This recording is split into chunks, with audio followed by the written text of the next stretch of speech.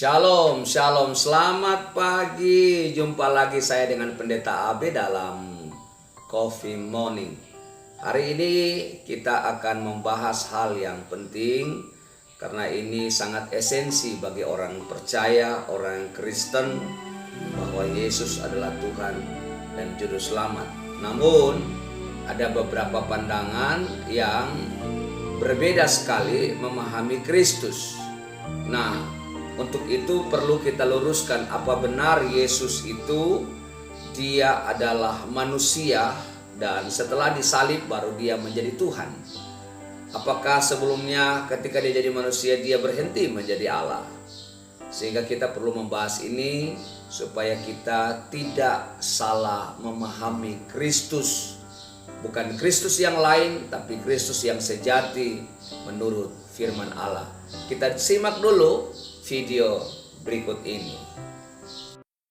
Shalom alihim bisem Yesua Hamasiah, Ji Yesu Jidu Deminggi Ansin, Assalamualaikum warahmatullahi Isa Al-Masih, True God Jesus Christ bless you all, salam sejahtera di dalam nama Tuhan Yesus Kristus. Yesus Allah yang benar memberkati kita sekalian. Bersama saya Pendeta Henry Tandianta BBS, kali ini kita akan membahas sebuah tema ya. Tema ini pertanyaan dari Bapak Sakip, cuman M Sakip ya, M Sakip di Tangerang, Bapak M Sakip di Tangerang. Saya memberi judul beginilah ya supaya mudah dimengerti ya. Judulnya begini: apa hasil Yesus disalib? Yesus disalib itu hasilnya apa? Ya gitu aja lah ya, biar gampang ya. Apa hasil Yesus disalib? Ya, minggu-minggu ini, minggu depan kan kita mau memperingati Yesus disalib ya, Paskah lah ya. Kita akan memperingati Paskah. Jadi pertanyaan ini bolehlah kita jadikan tema ya. Apa hasil Yesus disalib ya? Pak M Sakip ya, terima kasih ya Bapak sudah nanya itu. Saya akan jelaskan tentu seperti biasa. Penjelasan saya adalah Alkitabiah, hanya pakai ayat-ayat Alkitab ya. Baik saudara-saudara, atas pertanyaan Bapak M Sakip, apa hasil Yesus disalib? Setidak-tidaknya ada 4 Pak ya, setidak-tidaknya. Selebihnya ya ada, tetapi yang utama 4 ini deh ya. Yang utama 4 ini. Yang pertama, karena Yesus disalib itu hasilnya Yesus yang manusia jadi Tuhan, jadi Kristus, jadi Allah. Jadi karena Yesus itu mati disalib, tentu terus nanti bangkit ya. Maka Yesus itu jadi Tuhan, jadi Juru Selamat atau Kristus, lalu jadi Allah. Kalau Yesus tidak mati disalib, nggak bisa jadi itu. Ya, Yesus manusia ya. Yesus manusia mati disalib, tentu bangkit. Maka Yesus yang manusia ini bisa jadi Tuhan, jadi Kristus atau Juru Selamat, jadi Allah. Kisah 2 ayat 36 ya. Orang Israel harus tahu Yesus yang kamu salibkan itu menjadi Tuhan dan Kristus tuh. Ya. Karena Yesus itu disalib lalu bangkit, maka jadi Tuhan dan Kristus. Artinya sebelum disalib, sebelum mati disalib, sebelum bangkit, Yesus bukan Tuhan, bukan Kristus, dia manusia. Itu maksudnya ya. Oke. 1 Yohanes 5 ayat 20, Yesus itu Allah yang benar. Ya, setelah naik ke surga, setelah disalib, hasil dari salib itu Yesus jadi Allah, ya. Roma 15 ayat 6, 1 Petrus 1 ayat 3 ya. Itu Yesus itu jadi Allah, Bapa, Tuhan. Jadi Allah, Bapa, Tuhan itu ya Yesus. Itu karena apa? Karena disalib, mati terus bangkit, naik ke surga. Maka Yesus jadi Allah, jadi Bapa, jadi Tuhan. Ya, jelas ya. Jadi kalau Anda menolak Yesus jadi Allah, artinya Anda menolak karya Yesus di salib. Paskah Anda tolak. Ya, saya ulang, kalau Anda menolak Yesus jadi Bapa, Yesus jadi Allah, Yesus jadi Tuhan, artinya Anda menolak karya penyelamatan Yesus ini. Sampai segitunya, Pak. Lah iya, ayat Alkitab kok. Ya. Udah nggak usah ngomong itu dah. Ya.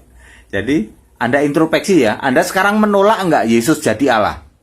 Kayaknya iya, Pak. Allahnya itu Bapa, Pak. Yesus bukan Allah. Nah, Anda menolak nggak Yesus jadi Tuhan? Iya, Pak.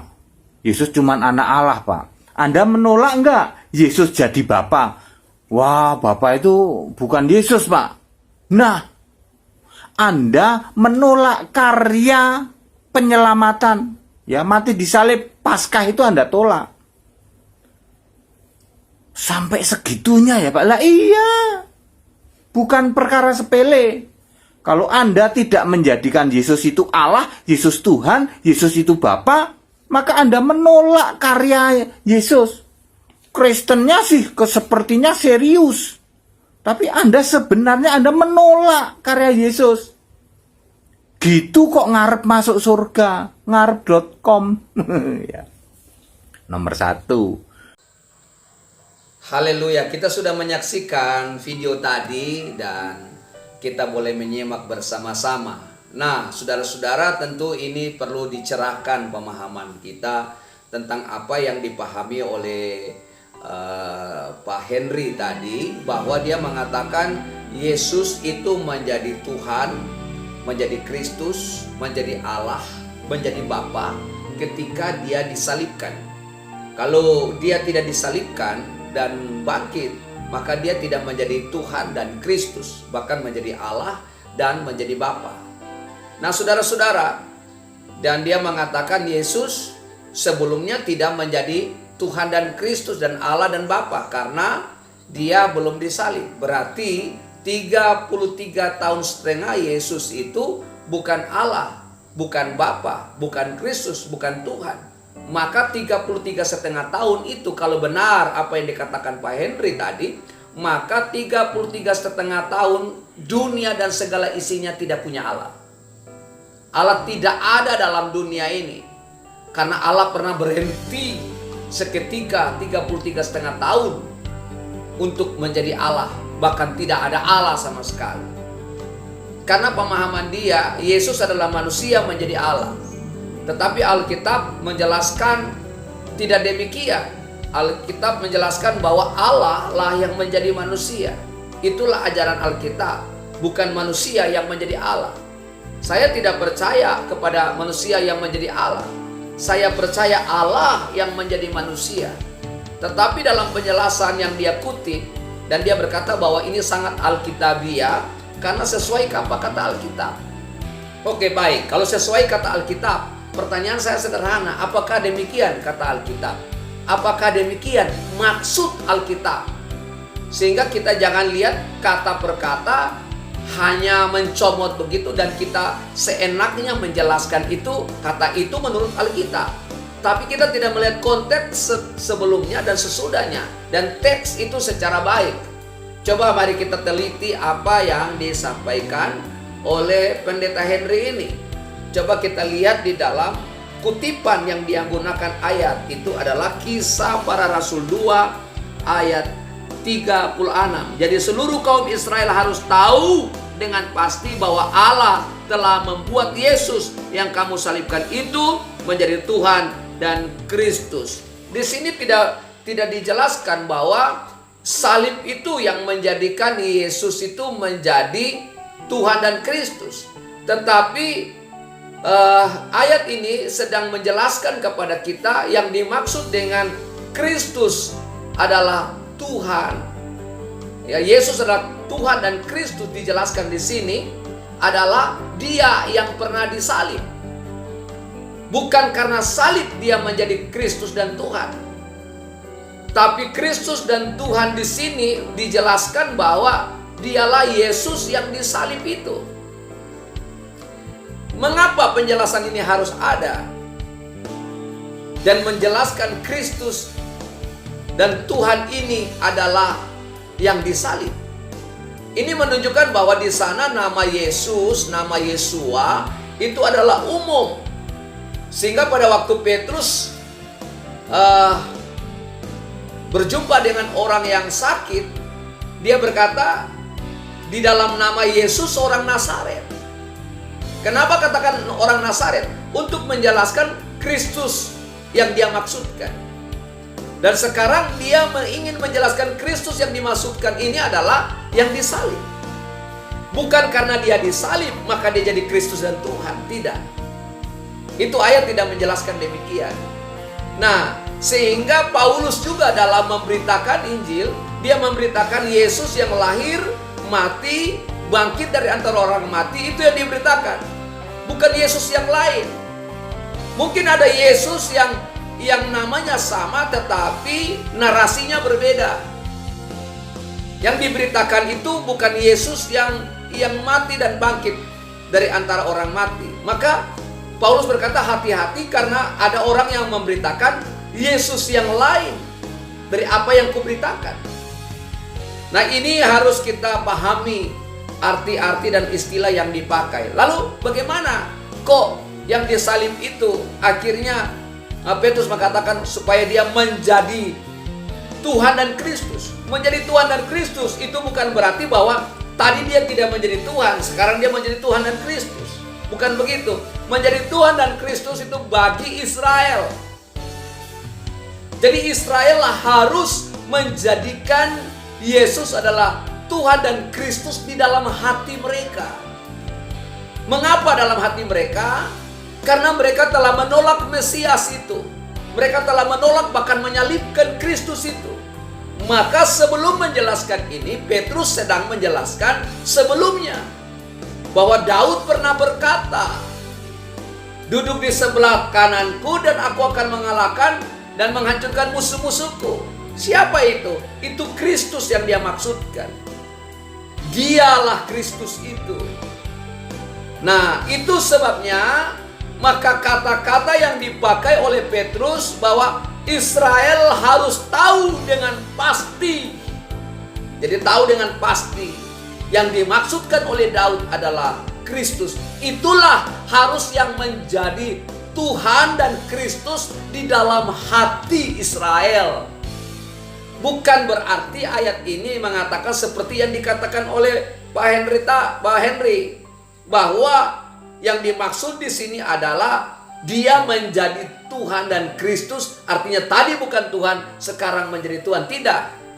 Tapi tadi mereka tidak menjadikan Tuhan di dalam hati mereka. Sekarang mereka harus menerima. Mereka tahu dengan pasti dan menerima Kristus. Menjadi Kristus dan Tuhan di dalam hati orang Israel. Itu tujuan dari pemberitaan firman yang disampaikan oleh Petrus dalam khotbahnya. Sehingga pada waktu dia sampaikan ini, ayat 37 jelas ada hubungannya. Alkitab berkata, ketika mereka mendengar hal itu, hati mereka sangat terharu. Lalu mereka bertanya kepada Petrus dan rasul-rasul yang lain, apakah yang harus kami perbuat, saudara-saudara? Jawab Petrus kepada mereka, bertobatlah. Artinya, terimalah Yesus sebagai Tuhan dan Kristus di dalam hatimu. Menjadi Tuhan dan Kristus di dalam hatimu. Jadi jelas sekali di sini, bukan berarti tadi Yesus bukan Tuhan, sekarang menjadi Tuhan, menjadi Bapa, menjadi Allah, dan menjadi Kristus. Bukan. Tetapi bagaimana pemberitaan ini sampai kepada Israel, mereka mendengar dengan pasti, tahu dengan pasti bahwa Yesus yang pernah mereka salibkan itu harus menjadi Tuhan dan Kristus di dalam hati mereka. Sehingga pada waktu pemberitaan ini mereka bertobat dan hendaklah kamu masing-masing memberi dirimu dibaptis dalam nama Yesus Kristus untuk pengampunan dosamu, maka kamu akan menerima karunia Roh Kudus. Itu tujuan dari khotbah Petrus. Petrus tidak sedang menjelaskan bahwa Yesus tadi bukan Tuhan, sekarang menjadi Tuhan dan Kristus. Tadi bukan Allah, sekarang menjadi Allah dan Bapa.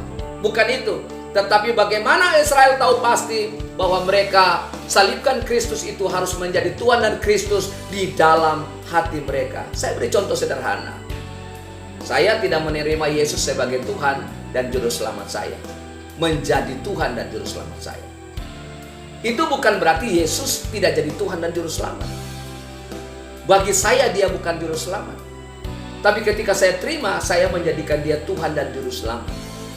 Itu tidak berarti bahwa tadinya Yesus bukan Tuhan, karena saya terima maka dia menjadi Tuhan. Menjadi Tuhan dan Kristus itu justru dalam hati saya. Itulah yang Petrus ingin, supaya pemberitaannya ini mereka terima, mereka tahu dengan pasti siapa yang dia maksudkan adalah Kristus yang disalib, Kristus yang disembah dan dipercaya oleh Daud. Itulah yang menjadi pengharapan Israel. Sehingga mereka ketika mendengar terharu. Mereka tahu maksudnya, bahwa mereka tidak pernah menjadikan dia Tuhan dan Kristus, malah mereka menolak, bahkan menyalibkan dia. Dan sekarang mereka terharu, sadar bahwa yang mereka lakukan itu adalah penolakan mereka kepada Kristus. Maka hari itu juga mereka bertobat, menerima pengampunan dosa, dan mereka diselamatkan. Itu yang dimaksudkan Alkitab. Jadi tidak boleh kita memandang Alkitab lepas dari teks dan konteksnya. Semoga hari ini engkau menerima Yesus Kristus menjadi Tuhan dan Kristus juga di dalam hidupmu, bahkan menjadi Allah satu-satunya. Maka jelas Yesus bukan karena naik ke surga maka dia menjadi Allah yang benar. Tidak. Dia adalah Allah yang menjadi manusia dan dia tidak pernah berhenti menjadi Allah. Dia tetap Allah, Alfa, Omega, yang maha kuasa. Itulah yang disaksikan oleh Alkitab. Jadi yang pertama, poin yang harus kita ambil, Yesus bukan manusia menjadi Allah, tapi Allah yang menjadi manusia yang tidak pernah berhenti menjadi Allah. Yang pertama. Yang kedua, kita harus sadar bahwa kita harus menerima dia menjadi Kristus dan Tuhan di dalam hati kita, supaya hari ini engkau peroleh keselamatan.